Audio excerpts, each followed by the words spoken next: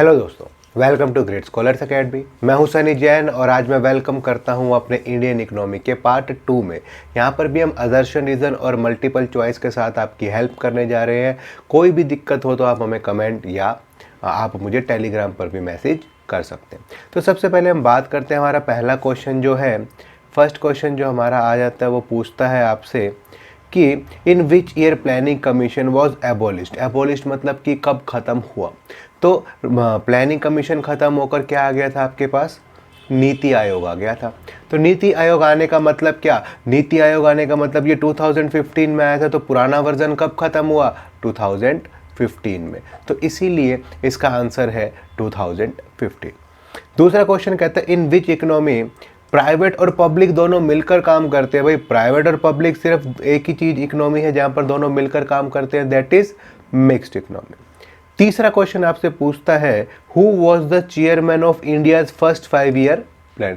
कौन था जो चेयरमैन था आपके फर्स्ट 5 ईयर प्लान का। तो मैं बता दूं, प्लानिंग कमीशन का चेयरमैन हमेशा प्राइम मिनिस्टर होता है। तो प्राइम मिनिस्टर जो भी हो उस टाइम पर वो आपका चेयरमैन होंगे। तो सबसे पहले आपके चेयरमैन थे जवाहरलाल नेहरू। तो अगर वो मेरे से पूछे कि भाई प्राइम मिनिस्टर का होता है, प्रेसिडेंट होता है, तो सबसे पहला आंसर प्राइम मिनिस्टर होता है। उसके बाद जवाहरलाल नेहरू जी उस टाइम पर प्राइम मिनिस्टर थे, तो इसलिए वो चेयरमैन हुए इस नीति आयोग के या प्लानिंग कमीशन के। उसके बाद विच of the following is primary objective of planning in India. भाई अगर मैं पूछूं कि सबसे पहला प्राइमरी ऑब्जेक्टिव क्या था एक आपके 5 ईयर प्लान्स का या इकोनॉमिक प्लानिंग का, तो वो था आपका ग्रोथ विद सोशल जस्टिस। हम तरक्की करें और साथ साथ लोगों की भलाई भी हो, यही इसका सबसे बड़ा ऑब्जेक्टिव था। तो उसके बाद आपके पास आ जाता है the need for planning emerges from which of the following weakness of a free market system. वो कौन सी चीज़ थी जिससे प्लानिंग की ज़रूरत पड़ी, प्लानिंग कमीशन की ज़रूरत पड़ी, जो फ्री मार्केट इकोनॉमी यानी जो कैपिटलिस्ट इकोनॉमी आपको पूरा कर नहीं दे पा रही थी। अगर मैं क्वेश्चन का मतलब समझूं तो अगर हम सारी की सारी चीज़ें प्राइवेट सेक्टर के हाथ में छोड़ देते तो वो कौन कौन सी कमियां आपको देखने को मिल रही थी जो आपका प्राइवेट सेक्टर दूर नहीं कर पा रहा था। तो इसका आंसर है basically all of these. Inequalities भी बढ़ती जा रही थी, वर्कर्स का एक्सप्लॉयटेशन भी होता जा रहा था और इनस्टेबिलिटी भी मार्केट में आती जा रही थी। तो इसलिए इसका आंसर आएगा all of this. Who developed HYV seeds. देखिए हाई यील्डिंग वैरायटी सीड्स किसने डेवलप करे, तो ये थे आपके नॉर्मल बोरलॉग। इनके नाम को याद रखना बहुत ज़रूरी है। उसके बाद लिखता है विच plan was suspended 1 year before the time schedule. वो कौन सा प्लान था जो 1 साल पहले ही सस्पेंड कर दिया गया था, जो 1 साल पहले ही ख़त्म कर दिया गया था। तो वो था आपका 5th प्लान 1974 से 1979 वाला।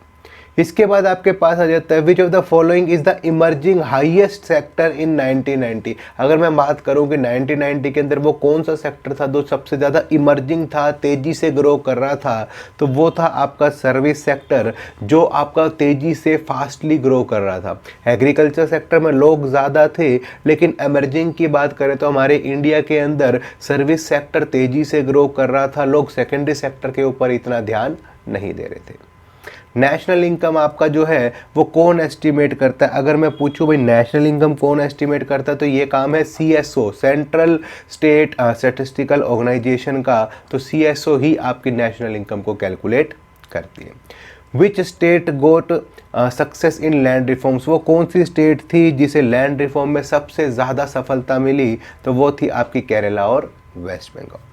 Indian green revolution is most successful in. वो कौन कौन सी आपकी ये कह सकते हो कि भाई क्रॉप्स थी जहाँ पर आपको सबसे ज़्यादा सक्सेसफुल देखने को मिला ग्रीन रेवोल्यूशन, तो वो थी वीट और राइस, गेहूं और चावल। कोटाज का मतलब क्या होता है, कोटाज का मतलब बेसिकली लिमिट होता है।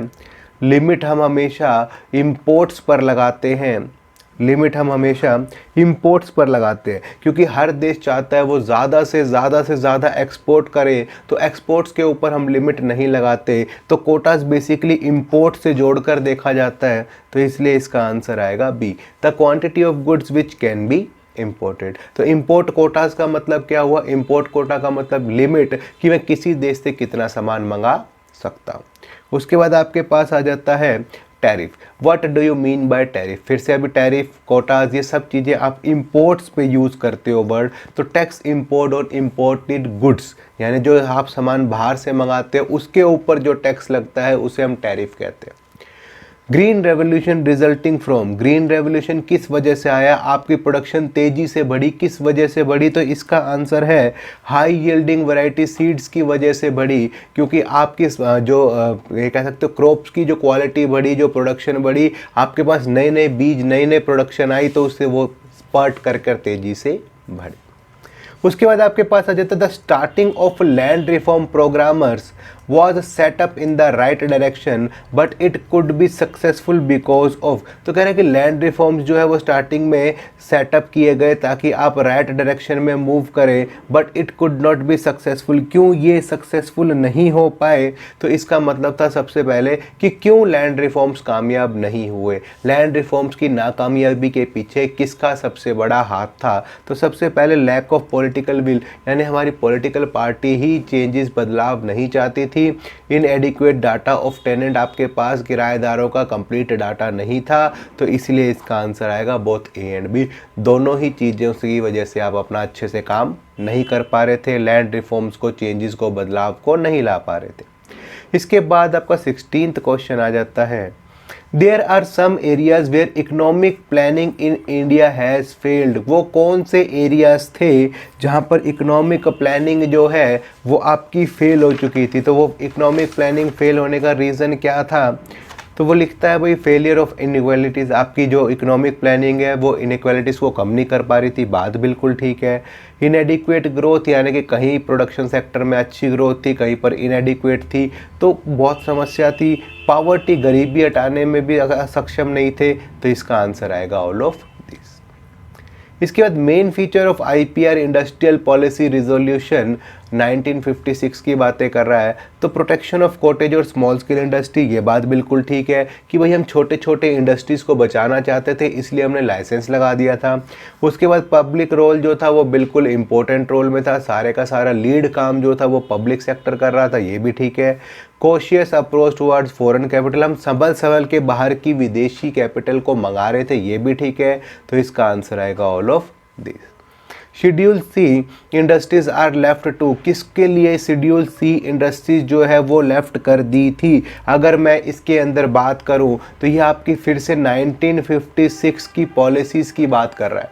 तो सबसे पहले इसमें 3 फोल्ड क्लासिफिकेशन का टॉपिक आप पढ़ते हो, तो सबसे पहले हमने सारा काम किसको दिया था? पब्लिक सेक्टर को। फिर हमने दिया था प्राइवेट को, लेकिन कौन सा? Under supervision of public sector. तो यहाँ पर भी पब्लिक सेक्टर ही डोमिनेंट रोल में था।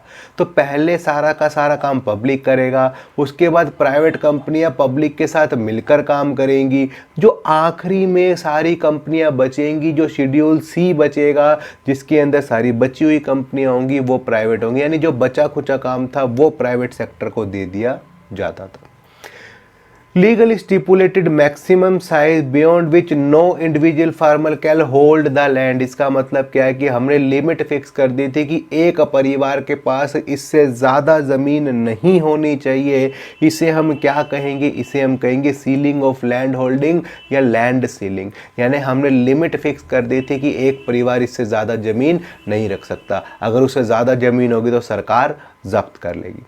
The strategy to earn foreign exchange by promoting domestic export and making domestic industry competitive in the international market। ध्यान से पढ़ो क्या लिख रहा है? लिख रहा है कि strategy of earn foreign exchange by domestic exports। तो हम प्रमोट करना चाहते हैं किसको? एक्सपोर्ट को प्रमोट करने की बात कर रहा है, एक्सपोर्ट को बढ़ाने की बातें कर रहा है, तो इसका आंसर आएगा एक्सपोर्ट लिबरलाइजेशन। हमने रिलैक्सेशन दी, क्यों दी? क्योंकि इसका आंसर आएगा आपका एक्सपोर्ट प्रमोशन। हम एक्सपोर्ट को प्रमोट करना चाह रहे हैं, क्यों? क्योंकि हमारी एक्सपोर्ट जो है वो बढ़िया, ज़्यादा से ज़्यादा हो, यही हमारी कोशिश रहे।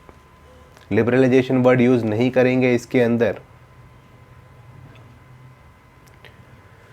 उसके बाद आपके पास मैच ऑफ द फॉलोइंग आ जाता है। भाई मैंने अभी आपको नीति आयोग बताया था, नीति आयोग आपका 2015 का जो है वो सिस्टम था। उसके बाद अब आपके पास फर्स्ट 5 ईयर प्लान जो है वो आपका 1951 में आया था। डीमोनेटाइजेशन हाल फिलहाल में हुई थी 2016 में, और प्लानिंग कमीशन एस्टेब्लिश हुआ था 1950 में। तो इसका आंसर मैं जब भी चाहूँ आराम से आसानी से चेकआउट कर सकता हूँ कि फर्स्ट का आंसर डी है, सेकंड का आंसर आपका ए है, थर्ड का आंसर आपका बी है, और फोर्थ का आंसर आपका सी है। उसके बाद आपके पास आ जाता है, देखो, आर्किटेक्चर ऑफ इंडियन प्लानिंग। अभी अभी मैंने ये भी आपको बताया था कि जो इंडियन प्लानिंग का एक आर्किटेक्चर है वो किसने डेवलप किया, वो आर्किटेक्चर डेवलप किया था पीसी महानोबोलिस ने। तो इसीलिए ये वाला आपका आ जाएगा फर्स्ट का बी। तो अगर मैं चेकआउट करना चाहूँ कि एक ही आंसर से मुझे पता लग जाएगा कि इसका आंसर जो है वो बी आएगा, क्योंकि फर्स्ट का बी ऑप्शन जो है वो सिर्फ यहाँ है। बाकी भी मैं चेकआउट कर लेता हूँ। देखो, नीति आयोग फिर से 2015 की बातें कर रहा है। उसके बाद ग्रीन रेवोल्यूशन आपका 67 68, ये रहा नीति आयोग जो है वो 67 68। और चेयरमैन कौन होता है प्लानिंग कमीशन का? Prime minister. यही बात हमने कहने की कोशिश की थी। तो इसलिए ये जो आपका डाटा होता है ना, मैच ऑफ द फॉलोइंग, ये बड़ी काम की चीज़ होती है। ये आपको छोटे से शब्दों में सारा डाटा प्रोवाइड कर देता है। उसके बाद इकोनॉमिक रिफॉर्म कब शुरू हुए थे? इकोनॉमिक रिफॉर्म 1991 में शुरू हुए थे। इसके बाद लिबरलाइजेशन का मतलब क्या है? लिबरलाइजेशन इम्प्लाइज, वो क्या कहते हैं, लिबरलाइजेशन के अंदर हमने क्या चीज़ करी? तो लिबरलाइजेशन में हमने क्या किया? रिडक्शन ऑफ गवर्नमेंट कंट्रोल से हमने इकोनॉमी को छुड़वा दिया ओवर प्राइवेट सेक्टर। तो लिबरलाइजेशन में हमने याद रखेंगे कैसे? लिबरलाइजेशन, एल से लिबरलाइजेशन, एल से लाइसेंस को हटाना। लाइसेंस को हटाने का मतलब क्या? आपने लाइसेंस फ्री कर दिया, आपने तो फ्रीडम दे दी। किस चीज़ की फ्रीडम दे दी आपने? कि आप ज़्यादा से ज़्यादा काम कर पाओ। कौन कर पाए? Private sector. तो इसलिए इसका आंसर आएगा बी। इसके बाद हम पढ़ते हैं, विच of the following is not element of a fiscal reform. कौन सा एलिमेंट आपके फिस्कल रिफॉर्म्स का नहीं है? फिस्कल रिफॉर्म्स की बात करें तो फिस्कल को पॉलिसीज कौन सी होती है गवर्नमेंट की? फिस्कल पॉलिसी दो ही चीज़ें होती है आपकी गवर्नमेंट की, या तो एक्सपेंडिचर होता है या तो आपका रिवेन्यू होता है। यानी गवर्नमेंट के पास पैसा आता कहाँ से है और खर्च कहाँ पर होता है। तो गवर्नमेंट के पास पैसा टैक्सेस से आता है, और खर्च जो वो गवर्नमेंट स्पेंडिंग करती है, जो आपको सैलरी, पेंशन, ये सब चीज़ें देती है सरकारी एम्प्लॉयज़ को, वो सारा का सारा उसका एक्सपेंडिचर होता है। तो टैक्सेशन रिफॉर्म इसका पार्ट है, पब्लिक एक्सपेंडिचर इसका पार्ट है, लोगों से पैसा लेना पैसा देना इसका पार्ट है। इंटरेस्ट रेट, ये interest rate, bank rate, repo rate, ये सब आपके मॉनेटरी पॉलिसी के पार्ट हैं। तो इसलिए इसका आंसर आएगा C. Which of the following is not a component of privatization. वो कौन सी चीज़ है जो प्राइवेटाइजेशन का पार्ट नहीं है? तो उसके बाद आपके पास आ जाता है कॉन्ट्रैक्शन ऑफ पब्लिक सेक्टर। बिल्कुल ठीक, पब्लिक सेक्टर को हम कम कर रहे थे, पब्लिक सेक्टर का रोल कम कर रहे थे, तो ओके है।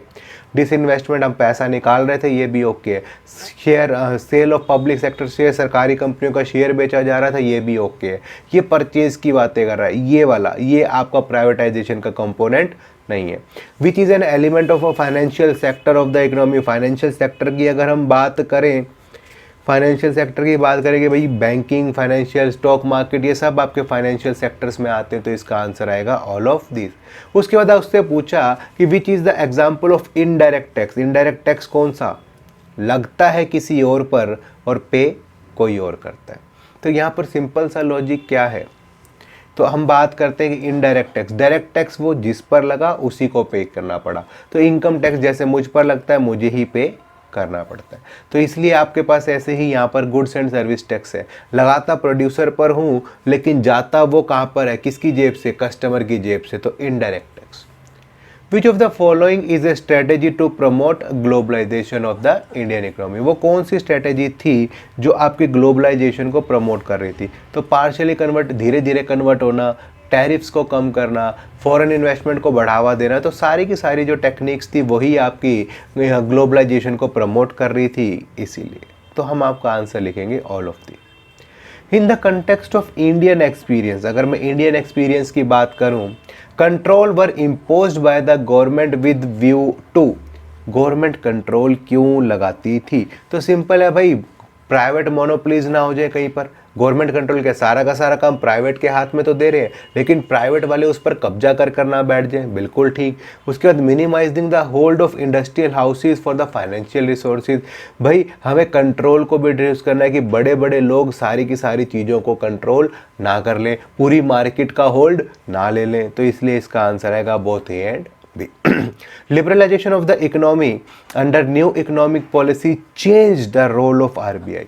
वो कह रहे हैं कि न्यू इकोनॉमिक पॉलिसी के लिए लिबरलाइजेशन ने आरबीआई के रोल को कैसे चेंज किया, आरबीआई के रोल को कैसे चेंज किया। तो इसके अंदर भी हम ध्यान देने वाली बात क्या पढ़ रहे हैं, वो सिंपल सा वर्ड यूज़ करता है, ये आपको लिखा हुआ है रेगुलेटर टू फैसिलिटेटर। पहले रेगुलेशन का काम करता था, रूल्स और रेगुलेशन बना देता था, ये करना ये नहीं करना, लेकिन अब उसने फैसिलिटीज़ प्रोवाइड करना शुरू किया आरबीआई ने कि भाई आपको ये करना चाहिए, आपको इससे करने से फ़ायदा मिलेगा, हमारे देश के लिए फ़ायदेमंद है। तो इसका आंसर आएगा रेगुलेटर टू फैसिलिटेटर।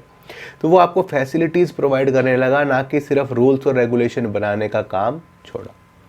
उसके बाद आपके पास आ जाता है industrial sector reform under the new economic policy comprised which of the following. New policies के अंदर, न्यू इकोनॉमिक पॉलिसी में इंडस्ट्रियल रिफॉर्म्स के अंदर क्या क्या चीज़ें आपको देखने को मिली। तो इसके अंदर हमने क्या किया, एबोलिशन, लाइसेंसिंग हटा दी, ये बात बिल्कुल ठीक है। Reservation of production area, D reservation कर दिया, यानी पहले सारे की सारी 17 इंडस्ट्रीज़ पब्लिक सेक्टर के अंडर थी, लेकिन अब हमने क्या किया, डी रिजर्वेशन कर दिया, आओ भाई जिसका मन करे वो काम करो, ये बात भी बिल्कुल ठीक। और पब्लिक सेक्टर का कॉन्ट्रैक्शन करना शुरू कर दिया, पब्लिक सेक्टर को कम करना शुरू कर दिया, प्राइवेट सेक्टर को बढ़ावा दे दिया। तो सब इंडस्ट्रियलाइजेशन के लिए ज़रूरी था।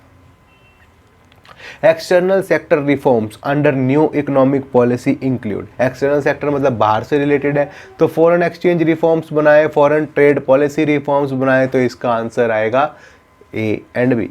Which of the following are the components of globalization under new economic policy? फिर से उसने मेरे से यही क्वेश्चन पूछा कि भैया न्यू इकोनॉमिक पॉलिसी के अंदर वो कौन कौन सी चीज़ें हैं जो ग्लोबलाइजेशन को प्रमोट करती हैं। तो इसका आंसर फिर से ऑल ऑफ दीज आएगा, क्योंकि partial convertibility of Indian rupees, हमने धीरे धीरे अपने इंडियन रुपीज़ को डॉलर्स की वैल्यू में, करेंसी में इवेल्यूएट करना शुरू किया। Increase in equity limit of foreign investment, हमारे देश में फॉरेन इन्वेस्टमेंट आने के रास्ते खोल दिए, हमने टैक्सेस को कम कर दिया। तो इसका आंसर आएगा D. The parameters of economic reforms are undertaken. तो पैरामीटर्स जब हमने डिसाइड किए कि क्या क्या बदलाव करने हैं, कैसे कैसे बदलाव करने हैं, तो हमने किसको कंसीडर किया, माइक्रो को कंसीडर किया, मैक्रो को किया, कैसे किया। तो हमने सब चीज़ों को कंसीडर किया, छोटी से छोटी लेकर बड़ी से बड़ी चीज़ को कंसीडर किया। तो इसलिए इसका आंसर आएगा बोथ ए एंड बी।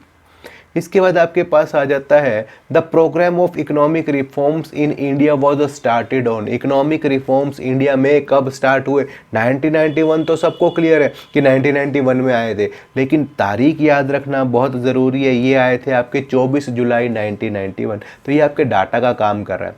उसके बाद लाइसेंसिंग मैंने किस में लगाई, लीकर में लगाई। तो अगर मैं लाइसेंसिंग लीकर पर लगा रहा हूँ तो इज़ नेसेसरी फॉर, ये कौन सी चीज़ है, क्या है ये। अगर मैं लीकर इंडस्ट्री पर लाइसेंस लगा देता हूं तो इंडस्ट्री को फ़र्क पड़ रहा है, पूरी की पूरी जो आप कह सकते हो लीकर है, जो शराब है, वो महंगी हो जाएगी, लेकिन बाकी सारी चीज़ों पर फ़र्क नहीं पड़ेगा। तो it is a regulation of industry. Okay. इसके बाद अजर्शन रीज़न भी आपके पास आ जाता है, fiscal deficit leads to price spiral. अगर फिस्कल डेफिसिट होगा तो प्राइस स्पायरल होगा। प्राइस स्पायरल का मतलब महंगाई का जाला बन जाएगा। कैसे, घाटा होगा, घाटा होगा तो गवर्नमेंट टैक्सेस बढ़ाएगी, टैक्सेस बढ़ाएगी तो कीमत बढ़ जाएगी, कीमत बढ़ जाएगी तो लोग वेजेस और तनख्वाह ज़्यादा मांगेंगे, और ज़्यादा मांगेंगे तो फिर से कॉस्ट ऑफ प्रोडक्शन बढ़ जाएगी, और कॉस्ट ऑफ प्रोडक्शन बढ़ने से फिर से चीज़ों की कीमत बढ़ना शुरू हो जाएगी। तो बेसिकली यहीं पर ही चक्कर घूमता रहेगा, घूमता रहेगा, घूमता रहेगा। यही बात वो यहाँ पर कहने की कोशिश कर रहा है। तो ये बात बिल्कुल ट्रू है। उसके बाद लिखते हैं often fiscal deficit is finance by the government from borrowing of RBI. अब वो क्या कर रहा है, फिस्कल डेफिसिट हुआ तो वो क्या करेगा, आरबीआई को बोरोइंग करनी पड़ेगी ना, दूसरे देशों से पैसा लेना पड़ेगा ना। It leads to increase the money supply in the economy. Money supply, हाँ, इकोनॉमी बढ़ेगी, और उसके बाद higher the supply, higher will be the price spiral. तो वो फिर से वही बातें कर रहा है कि अगर मनी सप्लाई ज़्यादा हो जाएगी, मनी सप्लाई ज़्यादा, फिर से क्या होगा, लोगों की परचेजिंग पावर बढ़ जाएगी, परचेजिंग पावर बढ़ जाएगी तो फिर से प्राइस। तो बिल्कुल ठीक, ये बात भी बिल्कुल ठीक होगी, ट्रू होगी। तो दोनों ही चीज़ें एक दूसरे को ट्रू हैं और एक दूसरे को एक्सप्लेन कर रही हैं, तो इसका आंसर आएगा ए। अब इसके बाद आपके पास फिर से आ जाता है the current account BOP deficit often leads to borrowing from rest of the world. BOP deficit का मतलब बैलेंस ऑफ पेमेंट डेफिसिट का मतलब क्या, कि मैंने इम्पोर्ट पैसे ज़्यादा, सॉरी हम कह सकते हैं कि पैसे देने ज़्यादा हैं और लेने कम है, तभी घाटा होगा। यानी कि मैंने सिंपल इंपोर्ट्स ज़्यादा कर लिए, एक्सपोर्ट कम करे, तो इसलिए मुझे घाटा होना शुरू हो गया। अब current account deficit leads to borrowing, भाई करंट अकाउंट में घाटा होगा, लेन देन में घाटा होगा, तो मुझे लोन लेकर पूरा करना पड़ेगा। तो there are two principal sources, borrowing from rest of the world, कहाँ से पैसा लूँ, रेस्ट ऑफ द वर्ल्ड से, या फॉरेन इन्वेस्टमेंट को अपने देश में आने दूँ, एफडीआई को, एफआईआई को प्रमोट करूं। तो if of this two sources foreign investment is volatile uncertain owing to volatility according to government relies on borrowing. अब भाई फॉरेन इन्वेस्टमेंट आएगी नहीं आएगी ये तो उनके ऊपर है, भाई इन्वेस्टर हमारे देश में पैसा लगाना चाहेंगे नहीं लगाना चाहेंगे ये उनके ऊपर है। लेकिन अगर मेरे पास घाटा हो गया बिजनेस में, तो सबसे रिलायबल सोर्स क्या, लोन लेके उस घाटे को तो चुकाओ ना। तो ये बात भी बिल्कुल ट्रू होगी। तो इसलिए यहाँ पर वो कहने की कोशिश क्या कर रहा है, दोनों की दोनों बातें जो हैं वो एक दूसरे को असर्शन और रीज़न एक दूसरे को मैच कर रही है, इसलिए इसका आंसर आएगा ए। अब हम बात करते हैं यहाँ पर disinvestment is compulsion for the government tackle with budgetary deficit. बिल्कुल भी नहीं, कंपल्शन नहीं है, एक ऑप्शन है। तो इसलिए वो कहता है कि भाई अगर घाटा हो रहा है गवर्नमेंट को, तो उनके पास एक ऑप्शन है कि वो अपना शेयर सेल कर सकती है। जैसे आज हम रेलवेज को प्राइवेटाइज कर रहे हैं, अपना शेयर जो है सरकार बेच रही है, it is not a compulsion. तो इसलिए वो क्या कह रहा है, इट इज़ एन ऑप्शन। तो ये हमारा क्या हो गया, फॉल्स हो गया। डिसइन्वेस्टमेंट इज नॉट कंपल्शन, देखो यहीं पर लिखना ना, फॉर द गवर्नमेंट। तो ये क्या बात कर रहा है, देखो यहाँ पर वो कह रहा है कि डिसइन्वेस्टमेंट कंपल्शन नहीं है। The fact is matter government is resort to, चाहे तो वो सेल कर सकती है only when public sector are found breeding centres of inefficiency and corruption. अगर उन्हें लगता है किसी सरकारी विभाग में करप्शन ज़्यादा हो रही है, काम लोग नहीं कर रहे हैं, यहाँ पर फालतू की सैलरियाँ ले रहे हैं, तब गवर्नमेंट उसे क्या कर सकती है, डिसइन्वेस्ट कर सकती है। तो ये बात बिल्कुल ट्रू लग रही है। तो अगर असर्शन फॉल्स है, रीज़न ट्रू है, तो हमारे पास एक ही ऑप्शन बच जाता है, दैट इज़ डी। तो ये थे हमारे, आप कह सकते हो कि असर्शन और रीज़न इंडियन इकोनॉमी के। अब आप पॉवर्टी के लिए और बाकी जो ह्यूमन कैपिटल इंफॉर्मेशन जैसे चैप्टर हैं उसके सारे के सारे आपके असर्शन रीजन्स के लिए जुड़े रहिएगा।